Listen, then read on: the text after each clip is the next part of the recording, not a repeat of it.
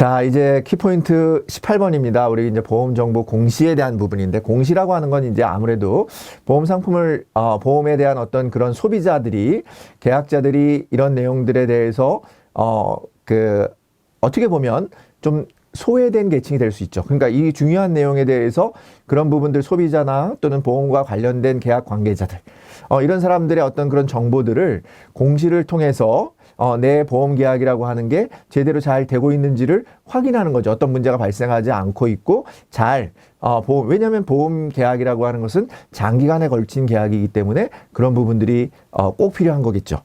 자, 그런 보험 정보 공시에 대한 부분입니다. 특히 이제 우리가 기억해야 되는 부분들은 기본적으로 일반 회사하고도 동일하게 우리가 보험회사가 경영공시라고 해서 정기공시와 수시공시를 통해서 회사 일반적인 상황이라든지 아니면 회사에 긴급하게 이뤄지는 상황에 대해서 우리 보험 소비자에게 또는 계약 관계자에게 이런 부분들을 안내를 해야 된다.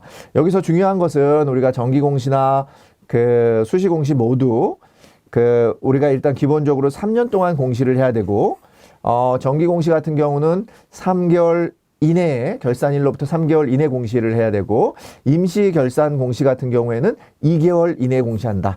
자, 우리가 3개월이 통상적인데 2개월 이내 공시하는 건 분기 임시 결산 공시가 되겠습니다.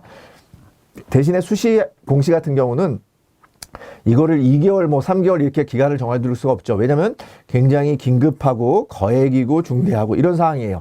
그러니까 발생한 즉시 공지를 해야 되겠죠. 그러니까 수시 공시 같은 경우는 발생 즉시 공시하는 거. 그래서 기본적으로 수시 공시를 물어볼 때는 발생 즉시 공시하는 공시 내용이 아닌 거 이렇게도 물어볼 수 있고, 다음 중 수시 공시 항목이 아닌 거 이렇게도 물어볼 수 있습니다. 아시겠죠? 그러니까 약간 문제를 틀어서 물어볼 수도 있다. 그런 정도 기억하시면 되겠습니다.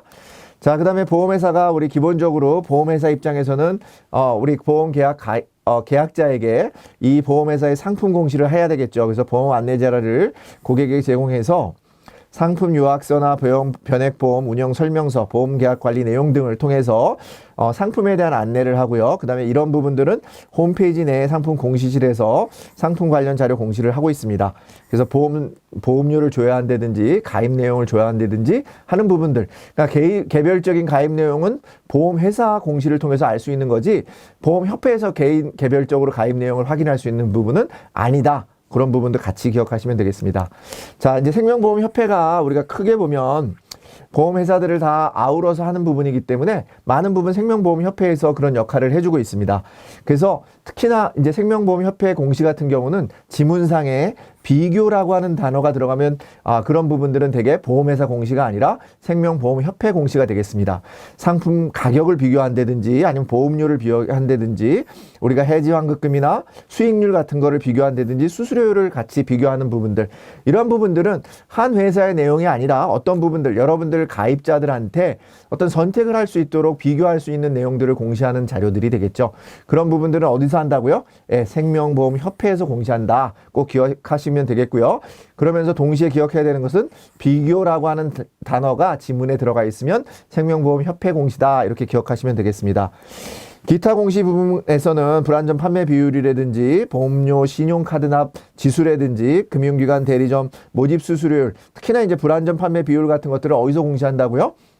어떻게 보면 불안전 판매 비율을 금융감독원에서 공시하는 것처럼 생각하실 수 있는데 그게 아니라 생명보험협회에서 공시한다. 이렇게 기억하시면 되겠습니다. 자, 금융감독원에서는 우리가 재무 현황이라든지 계약관리 현황, 금융사고 현황, 그리고 보험 계리인 현황 같은 경우 우리가 금융감독원에서 공시하고 있습니다.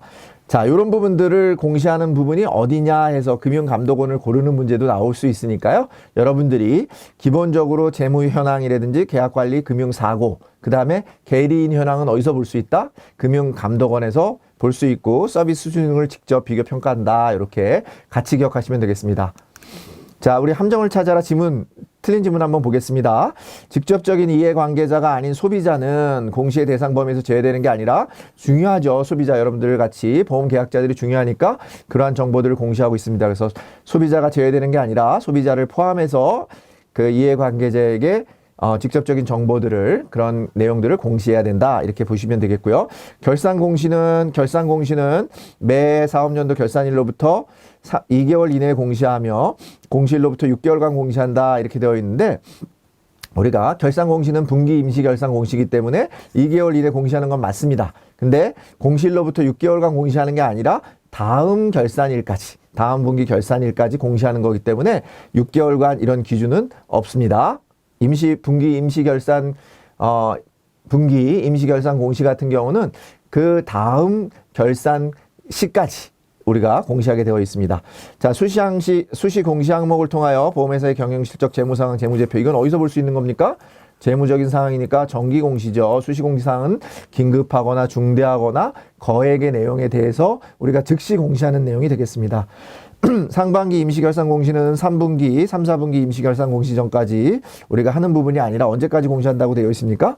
예, 그해 다음 결산공시, 그 해 말, 당해 말 결산공시 전까지 공시하게 되어 있습니다. 자, 보험약관은 생명보험협회 비교공시 항목에 해당한다. 보험약관은 어디서 공시하는 겁니까?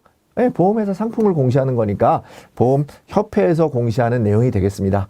자, 우리가 비교자가 들어가면 어디라고요? 생명보험협회에서 공시하는 거다. 그 다음에 사고가 들어간다. 그러면 사고 현황이라든지 계리인 현황은 금융감독원의 공시사항이 되겠고요. 나머지 계약관리, 개별 계약관리 내용이라든지 이런 부분들은 보험회사에서 공시하는 내용이 되겠습니다. 자, 이상으로 키포인트 18번을 마치도록 하겠습니다.